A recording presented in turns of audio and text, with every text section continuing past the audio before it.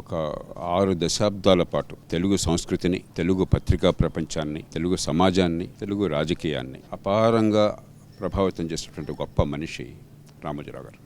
ఒక మనీషి, వజ్ర సంకల్పం, అనితర సాధ్యమైనటువంటి నిరంతర శ్రమ, క్రమశిక్షణ. ఒక్కసారి నమ్మాక ముక్కుసూటిగా ఆ లక్ష్యాన్ని అనుసరించిపోవటం ఆయన పంథ.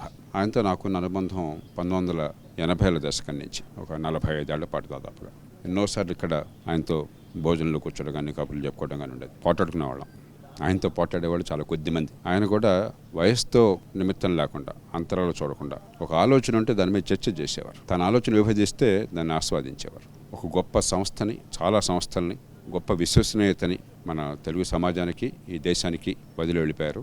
ఈవేళ ఆయనకి సరైనటువంటి నివాళి. ఆయన జన్మదినం అన్నాడు. ఏదో మామూలుగా మొక్కుబడిగా చాలా చెప్పుకుంటాం. రామోజీరావు గారి జీవితం అంతా కూడా సమాజంలో అత్యద్భుతమైన ప్రతిభా పాఠవాళ్ళని వెలికి తీయాలి, సమాజానికి పనికొచ్చి సంపద సృష్టించే వాళ్ళని గుర్తించాలి.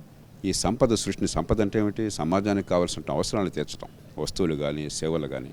కాబట్టి ఆ సంపదని పెంచాలి, సమాజంలో అందరి జీవన ప్రమాణాలు పెరగాలని చెప్పని వారు జీవించున్న కాలంలో ఎందరినో పేటికాంతర్గత రత్నాన్ని మనం ఎంత గొప్ప రత్నమైనా సరే దాన్ని మనం సానబెట్టాలి, సూర్యకాంతిలో పెట్టాలి. అప్పుడు దేదీప్యమానంగా ప్రకాశిస్తుంది. అలా కాకుండా ఓ పెట్టలోపల పెట్టేస్తే ఎవరికి తెలియదు. కాబట్టి ఈవేళ మరి మన సమాజంలో ఉన్నటువంటి గొప్ప సేవలు చేస్తున్న వాళ్ళు, ఇంకా పెద్దగా ప్రజల్లో గుర్తింపు రాని వాళ్ళని గుర్తించి ఆ పేటికాంతర్గత రత్నాలను బయటికి తీసుకొచ్చి సూర్యకాంతిలో వెలిగేట్టు చేస్తున్నారు. అది రామోజీరావు గారికి నిజమైన నివాళి.